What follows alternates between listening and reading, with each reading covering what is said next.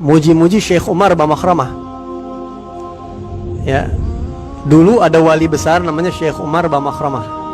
Hidupnya itu sebelum di zamannya Syekh Abu Bakar bin Salim, salah satu guru Syekh Abu Bakar bin Salim.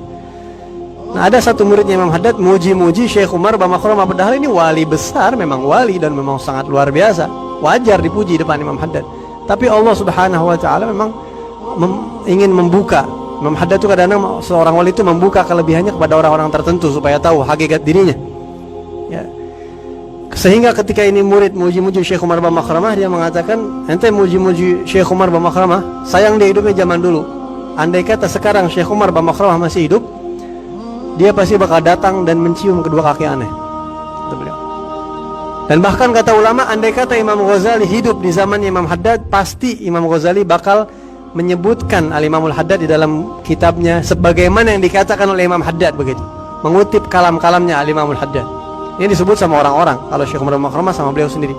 Dan ini adalah izin dari Allah Subhanahu. Sampai beliau mengatakan, Allah banyak buka hal sama saya, rahasia-rahasia batin, dan Allah tutup, nggak ada yang bisa ngambil, nggak ada yang mendapatkan hal tersebut yang sama kecuali nanti Imam Mahdi, kata beliau.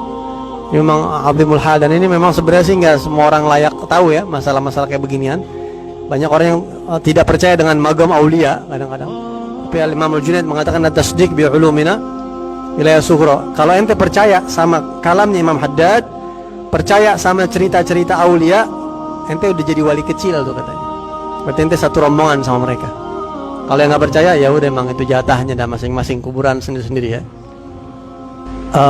Antum jangan kira Habibullah Al-Haddad ini mendapatkan magom tinggi terus ngomong sembarangan begitu. Jangan ngelihat cuma ke situnya, lihat bagaimana beliau ibadahnya sama Allah. Hampir nggak pernah tidur tiap malam. Habis waktunya buat tidur, ibadah, ngajar, ngarang kitab, nyusun kitab, habis. Dan beliau mengatakan, Allah kayak udah cabut nafsu makan dari saya, dan Allah kayaknya udah cabut nafsu pengen tidur. Jadi udah kagak nafsu makan, kagak nafsu tidur, kayak malaikat nih orang.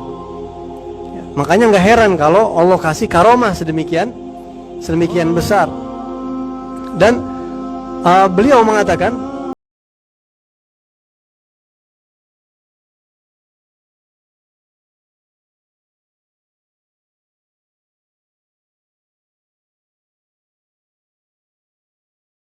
baca kitab saya, baca ratib saya, atau saya kenal dia hubungan baik, maka saya tidak akan diam kalau dia ada masalah berat, ada aib, atau dia ada ancaman ada potensi masuk ke neraka, saya akan kasih syafaat buat dia. Gitu. Saya tidak akan diam. Saya akan berikan dia syafaat. Ya, dengan izin Allah Subhanahu wa taala. Kenapa beliau ngomong kayak begini? Kok berani, kok terang-terangan nih magomnya diunjukin, dibuka? Kenapa? Ketika ditanya, Habib ini magom antum doang apa para wali semua kayak antum? Oh, ini khusus buatan dari Allah. Ya. Dan ketika ditanya, kenapa kok Imam Haddad kok berani ngomong kayak begitu belak-belakan? Karena orang di zaman Imam Haddad banyak yang nggak kenal, jadi enak ngomongnya. Mumpung pada nggak kenal, dibuka aja, dibuka, begitu ya. Sampai-sampai disebutkan ada salah satu orang pengen belajar sama Habibullah Haddad, datang dari kota Shibam. Ketika dekat rumahnya,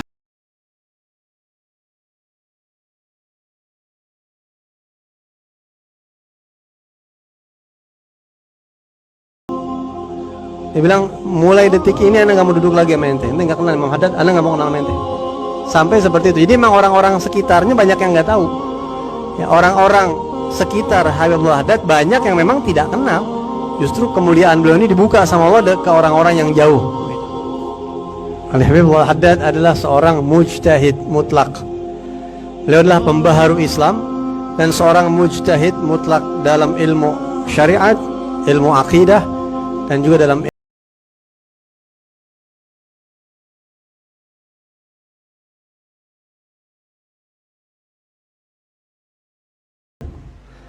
yang khususnya ini Al-Ba'alawiyah, khususnya Thariqah Alawiyah ini semuanya udah ikut napak tilas Al-Habib Abdullah bin Alawi Al-Haddad.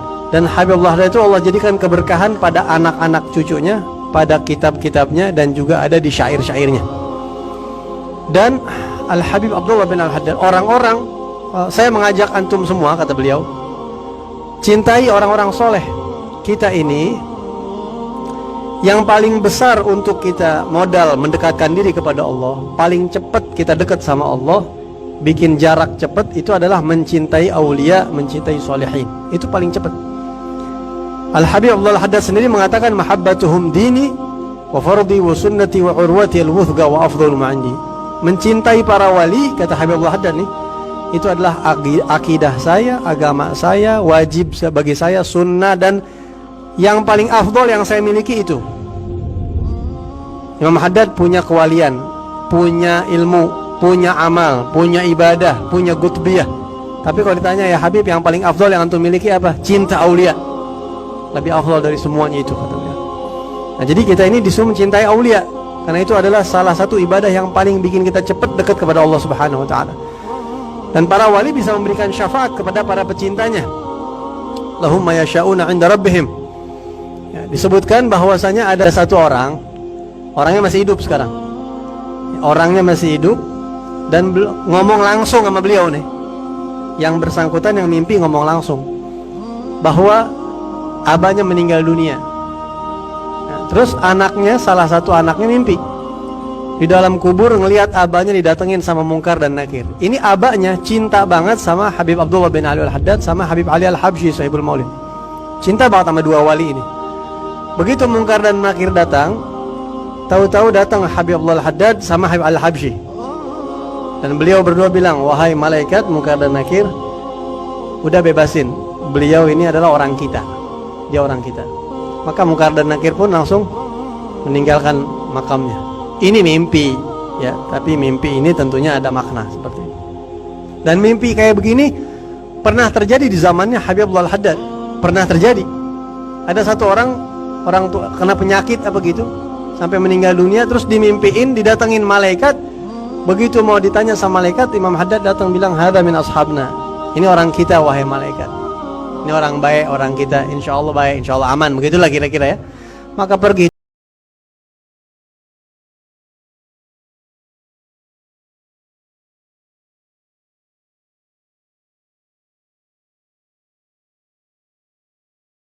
Baru ketemu Imam Haddad, belum ngomong, kata Habib Haddad, ente diem aja, gak usah diceritain, udah itu anu udah tahu. Dan itu orang itu nanya, ya Habib, itu khusus buat abah aneh, buat siapapun yang cinta amanah gitu ya. Dan ini orang belum ngomong.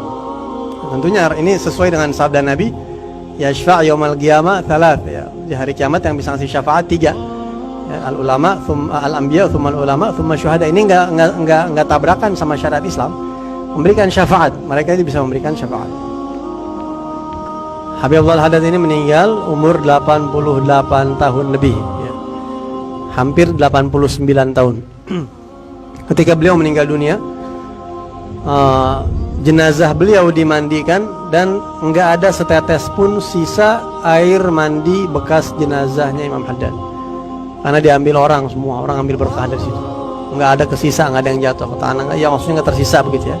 Habis semua, diambilin orang, dimintain gitu. Dan orang-orang yang ikut menyolati jenazahnya Habib Abdul Haddad pada saat itu lebih dari 20.000 orang.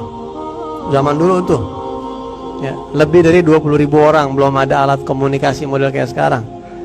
Masya Allah, yang nyolatin jenazahnya dihitung sama sebagian orang soleh.